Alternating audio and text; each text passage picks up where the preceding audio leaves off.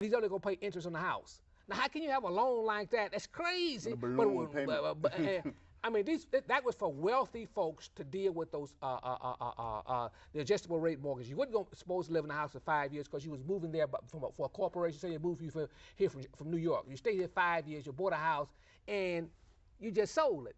It worked fine for those folks, but for the average individual who's going to live in that house, listen, it was a game that they played.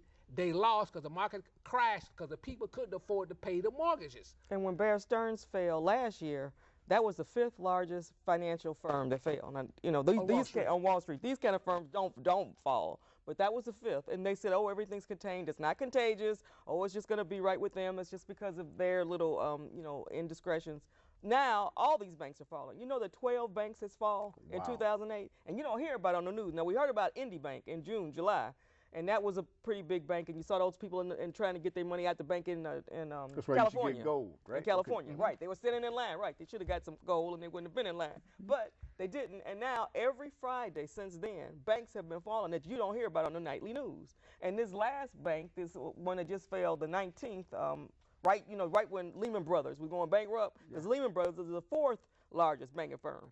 And the next one is Merrill Lynch, and Goldman Sachs, and First Boston. Those are the top 5 financial. Well, 3 of the top 5 have already failed. And one of them has already married American Express, Bank of America. Merrill Lynch, was bought up by Bank of America, and this one guy describes it as a dead marrying a dead. Because both of them insolvent. Yes. Right. What impact, what does this mean to the little guy just living in a hut, the little guy that can't hardly make his mortgage payment?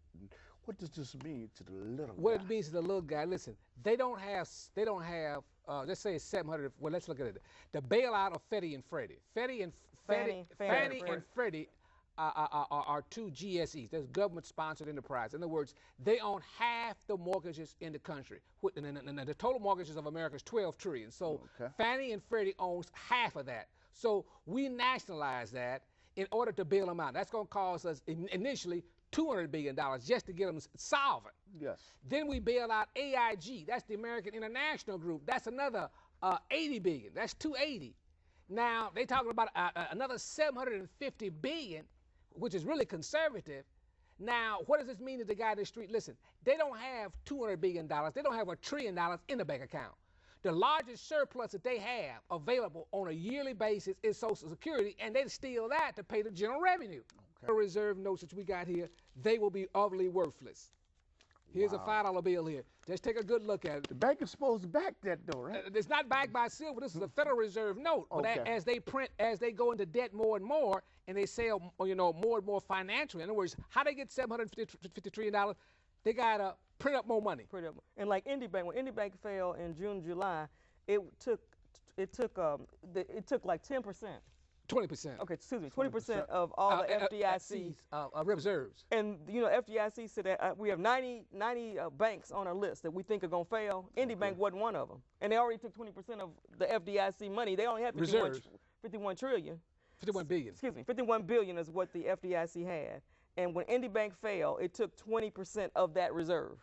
So any other banks that fail, that money's gonna go real quickly. So they have to, in other words, they have to print up money. So when you're asking, is that $5 back? No, not really. What it basically means is the man in the street, his cost of living. If he think it's rough now, his cost of living in the next 18 months will probably go up another 50% just because of the money. It's people now that I have talked to, what they tried to get loans from banks because they had equity, but because they live in a certain area, they won't give them a loan.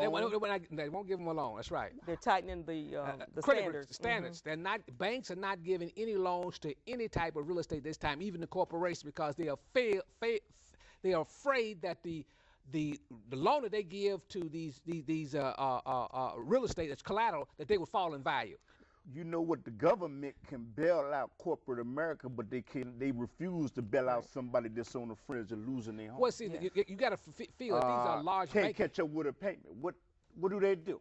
Well, they're going to wind up in the street, foreclosed upon. Now, the Democrats are trying to pass a bill where the people stay in the houses and they can pay in the houses. But this is the problem with that. First of all, the man in the street, his cost of living is going to expect within the next 2 years, your cost of living will go up. In other words, milk is already, $4 a gallon. $4. Well, I'd say within the next 2 years, you're looking at $6 to $7 a gallon.